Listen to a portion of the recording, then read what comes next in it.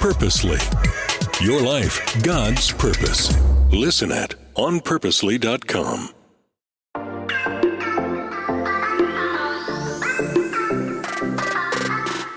Hello, everyone, and welcome to the Gospel Tech Podcast. My name is Nathan Sutherland, and this podcast is dedicated to helping families love God and use tech. Today, we are finishing our little mini-series on technology, inspired by a parent who was very concerned about technology after one of my workshops, asking, what can we actually do to raise kids who can be successful? So over the last two, we've kind of talked big picture about that, addressing the 4 lies of tech, addressing hedges and how to know if tech is safe in our family and how to help it stay safe. And then today, I want to talk a little more applicable, because that's really where this parent was driving at was, okay, but with my child in my life. Now, I understand all the great theory that's out there, but how can I actually apply this to my kiddo? And we're going to take it really in 3 segments. The first is going to be understanding if it's safe, and then looking at the fit for our child, and then looking at the fruit that is produced, and then having that be the conversational loop. Because once my family has hedges built up, well, those don't really need to change a lot as long as all the devices are accountable and the network has some kind of safety net built in and we have regular ongoing conversations. Well, what are the conversations about? It's not just, hey, you got anything to self-report? Nope, I'm all good, mom or dad. Cool. Well done, kiddo. Like, that's not it. The conversations are, hey, I've seen you're doing awesome with your relationships. I've seen this improve your emotional well-being. I've seen you absolutely crushing your sleep habits. And I'm so proud that you are putting in the hard work of being healthful and using getting the most, out of the body and the life that God's given you. That's all great. Those are your regular conversations. Then when we look at the actual tech we're using, the ongoing conversation then directs to whatever stage of life we're at. So that's what today is. You could have a 6-year-old or a 16-year-old or whatever you want to say, cradle to college. The technology will change. The conversation doesn't have to. You keep having the same conversation about basically, are we using this tech on purpose, where it's helping us accomplish our goals and what God has set before us, or are we using it for purpose and it's actually distracting us? And now I'm finding my identity in my wins online, or my success with friends, or my distraction with shows, or the music that puts me in a certain vibe or mood. And instead of it building me up, it's breaking me down. That then becomes a conversational point, not because you're mad, not because you're scared of the tech even, but because you love this individual, this son or daughter of yours, and you see it taking him sideways and you want to lovingly intervene with that. So that's kind of the framework of this. But concerned parent, you have a kiddo, the first thing you need to do is address, is this tech safe? You go, man, I'm sending my kid out into this tech world. I'm going to be giving them things that help them prepare for that. How do I do that well? First, let's make sure that tech is safe. This might be initiated by you, which was the scenario I just suggested, but sometimes it's your son or daughter comes home and says, hey, everyone in class has a insert the blank. Or they just saw a commercial. They're at a friend's house, said, hey, I would really like one of these. I'd like to play this game, use this app, have this device, whatever it might be for your family. Safety is our first piece. There is technology that's just a bad idea on its face. So you're going to say, is this tech safe for our family in this season? With the kids we've got, with the work we're going through, with the accountability we have built in, does this make sense? Safety involves a device that does not have internet service, meaning it doesn't have a browser and it doesn't have apps. It's going to be tool tech. So it's driven by you for a goal. So I want to write a paper. Word can help you do that. I want to 3D design something. AutoCAD can help you do that. I want to make a game. Unity can do that. Like whatever your system is, it doesn't have any engagement hooks built into it. Engagement hooks would be like, oh, I want to learn a language, so I'm going to use Duolingo. Well, Duolingo has some hooks involved. It's wonderful for learning a language, especially because those hooks help you get the reps you need, the repetition you need to learn that language well. Okay, great. Just we're going to recognize that there are hooks. That is not tool tech. It is drool tech that happens to be oriented towards a goal that we want, but it has goals of its own. It has engagement. There's a reason I keep getting notifications from Duolingo, because my kids want to use it for learning Spanish. Okay, but it sends me notifications. It sends them regular updates. It sets little goals. It says, hey, for the next 15 minutes, your points triple. Well, guess what? If I only gave them 10 minutes, they're going to want to go all 15. That is the app fighting the decision that dad already laid down beforehand before they agreed to it, okay? So that's how we know that that's drool tech. It needs to be drool tech, no apps, no internet, and has accountability built in. That's the safest tech there is.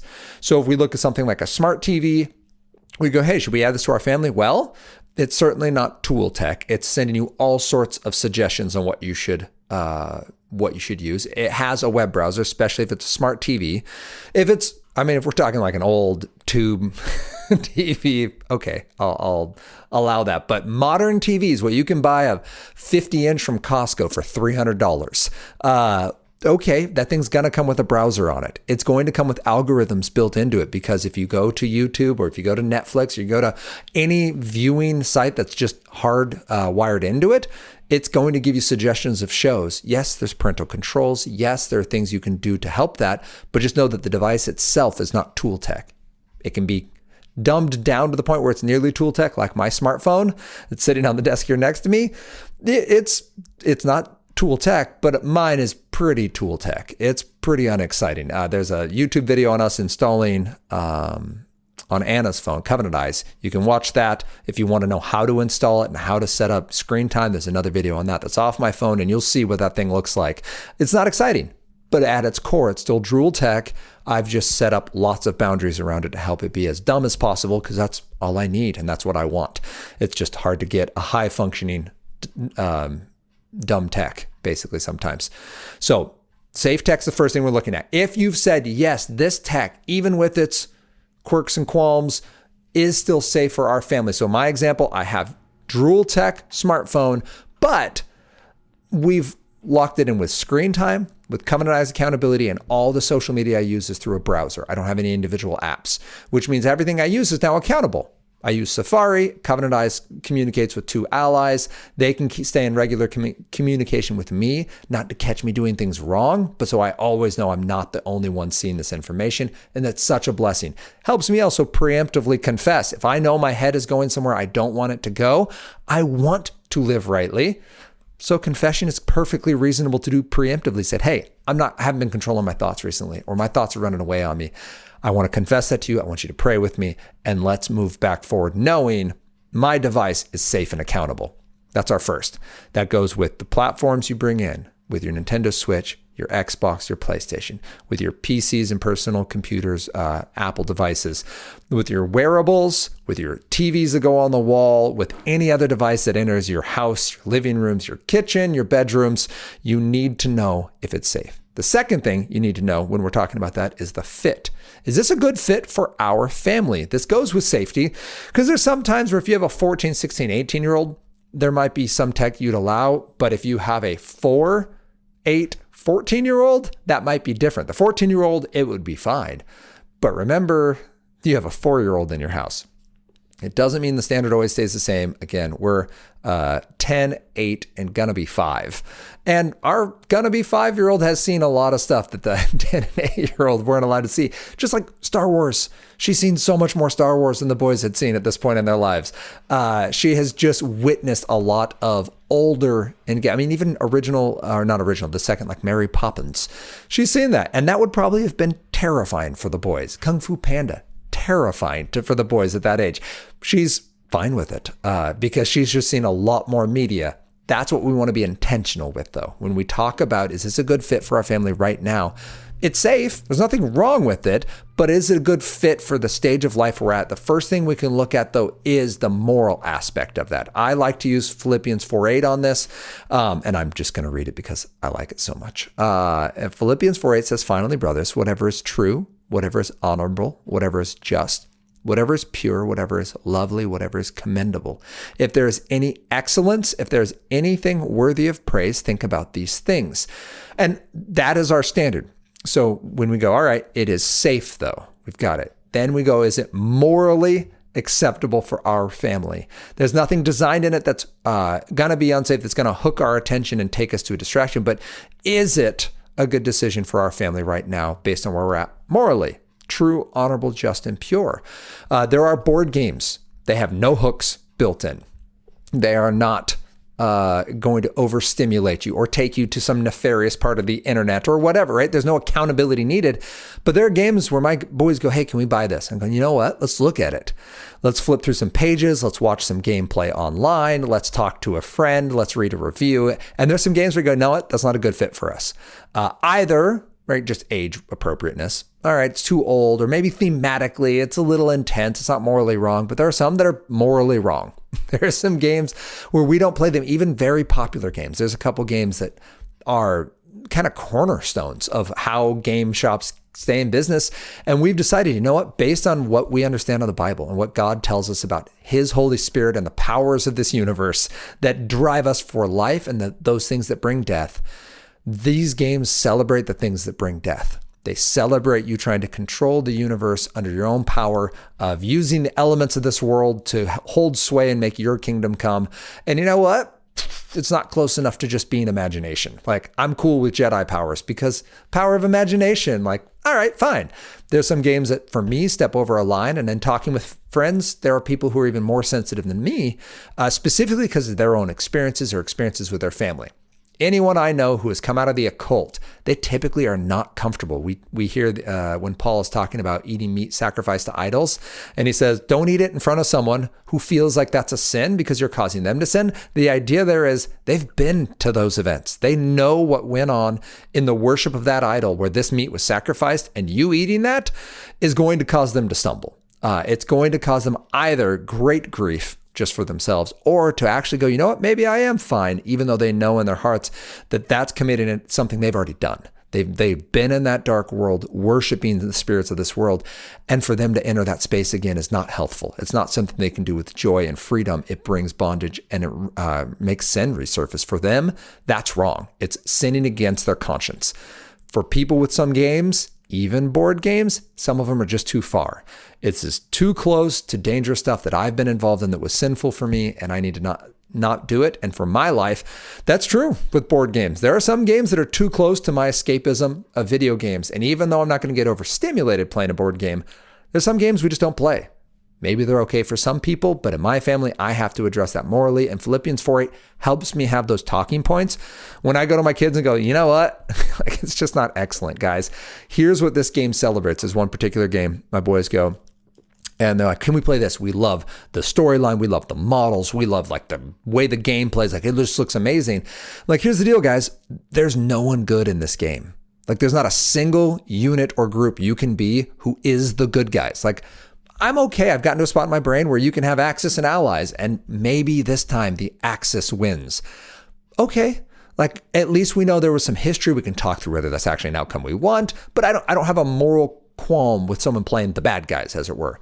But in this game, like, no one's good. Read the story on each individual and their motivations. Like, no one, like, I don't want any of these people to win. Like, I'm not going to let you spend hours investing in a world where really I want the entire world to disappear. Like, no one in that world should be introduced to anything else, including our hearts and minds. That's what you're trying to do here when you're talking about fit. The second thing you're going to look at is the trustworthiness of this child. So maybe there's nothing morally wrong with the game or with the show or with the music or whatever. Or maybe there is some moral qualm there, but you know what? This kid's old enough or mature enough or is processing that in real time, and this is helping that conversation. Whatever your landing point is on that, that's great. We want to talk about, Mom or Dad, can I have this thing? Morally not a problem, but is this a good fit for you? This is specifically coming down to trust. Actually, before trust, let's talk about just the idea of the item you're giving. Luke 11:11 says, what father among you, if his son asks for a fish, will instead of a fish give him a serpent? Or if he asks for an egg, will give him a scorpion? And I love this. Your kid comes and says, Mom or Dad, I want a smartphone. You go, man, I love giving my kids smartphones. I want to give you one, son or daughter of mine. And you look at that phone and go, but wait, is this thing actually an egg? Is this going to increase your strength? Is this going to help you grow healthfully? Is this going to make you more of who God's designed you to be? Or is it just going to sting you? And is it going to cause pain to you and to the people around you? That is a question we have to address when looking at how the tech is built and the fit for this child. So in that idea, I want to raise my child, the initial parent said, I want to raise my child to be successful in this tech world. Absolutely. Safe tech that's a good fit in this season, meets a moral standard, Philippians 4:8 style with our family. and is an egg. It's going to bear good fruit. And that is in tandem with the last piece. When we talk about bearing good fruit, so is this child trustworthy? That was actually the initial piece. So saying, if our child is faithful in little, they'll be faithful with much.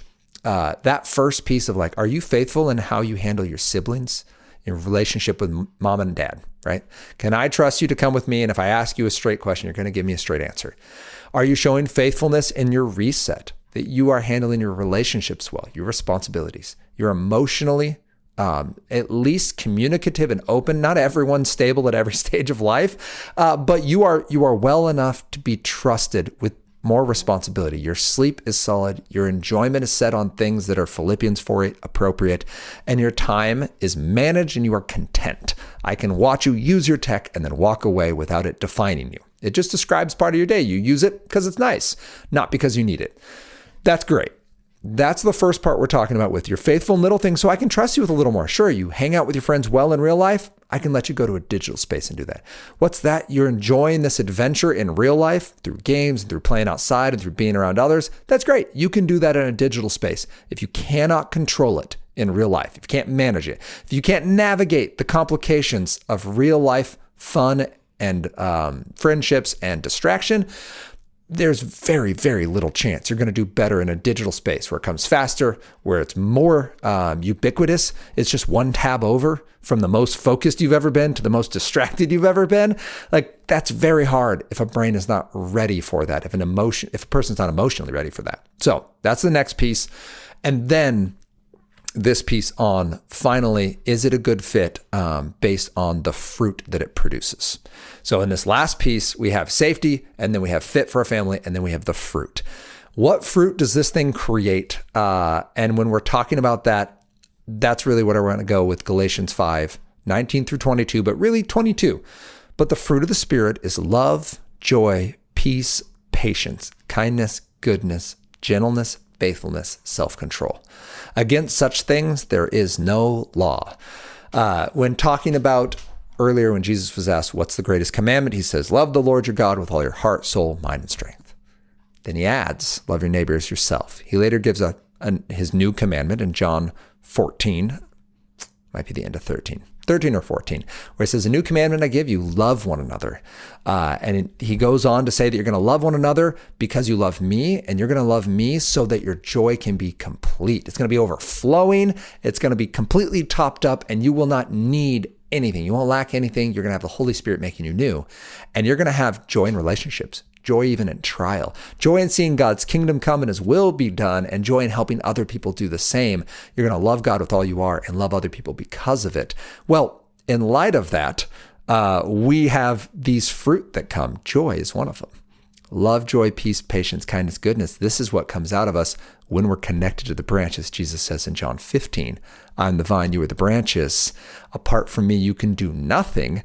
But those who are connected to me will bear much fruit, and the Father will prune them, and those who bear no fruit are thrown out and cast into the fire.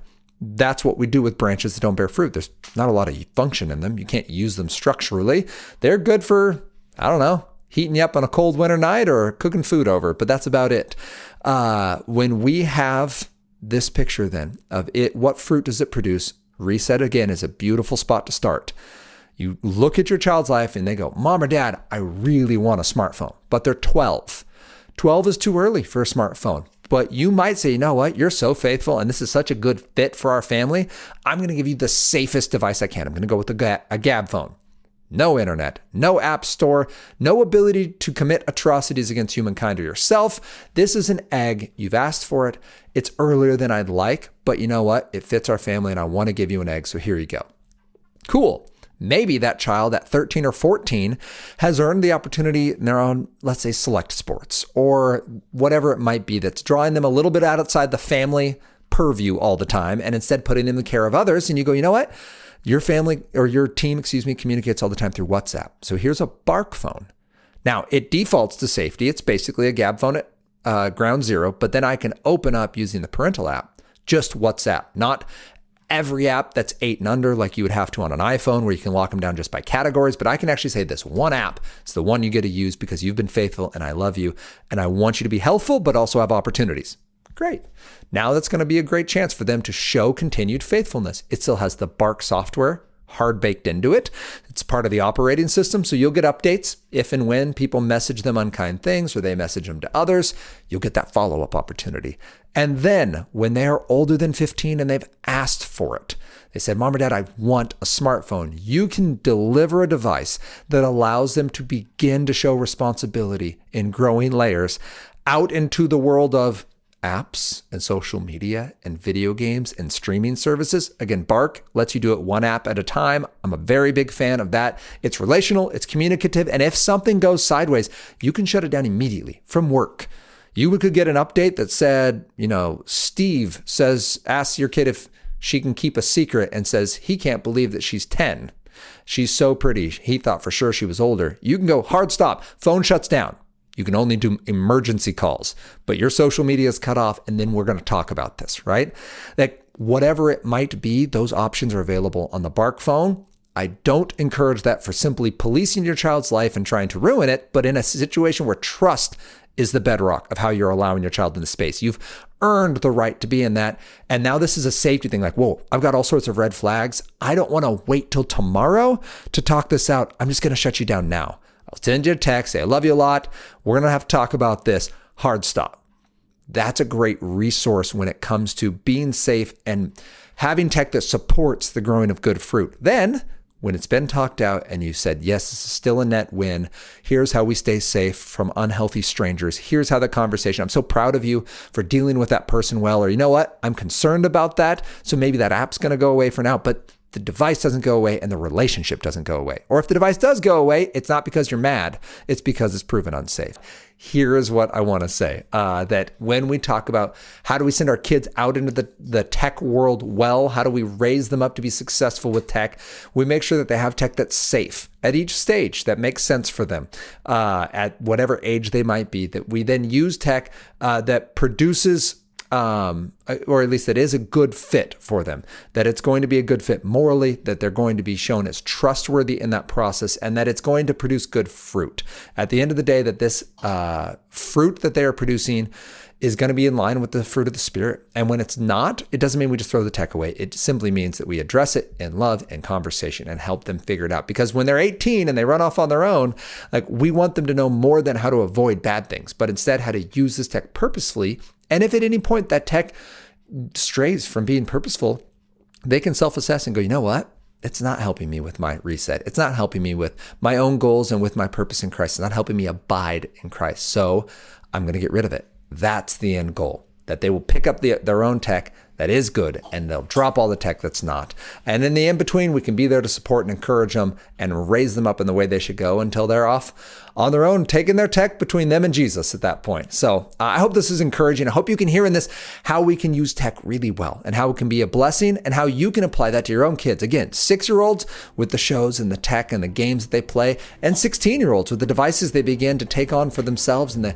worlds that they want to enter, that you can help them discern, you know what, is that the right one that we should be using? Or is there another way we should do this? Is that something we should avoid altogether? Or is it just a season where this still might be too early based on relationships and trust and other areas of health? So hope this is encouraging. If you have any questions, please reach out, nathan@gospeltech.net, or find us on Instagram or Facebook or now YouTube at Love God Use Tech, and join us next time as we continue this conversation about how we can love God and use tech.